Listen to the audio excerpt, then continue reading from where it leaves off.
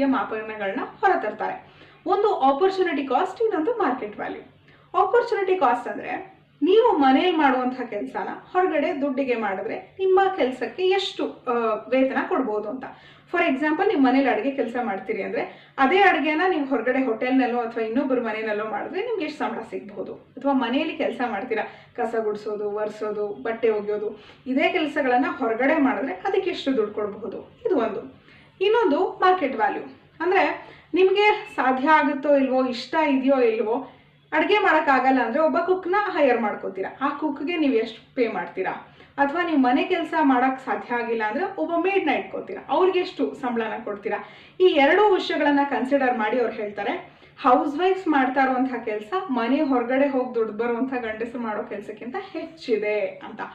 so ಇನ್ಮೇಲೆ ಯಾರಾದರೂ ನಿಮ್ಮನ್ನ ಹೇಗೆ ಎಷ್ಟು ಕೆಲಸ ಮಾಡ್ತಾ ಇದೆಯಾ, ಏನು ದುಡಿತಾ ಇದೆಯಾ ಅಂತ ಕೇಳಿದ್ರೆ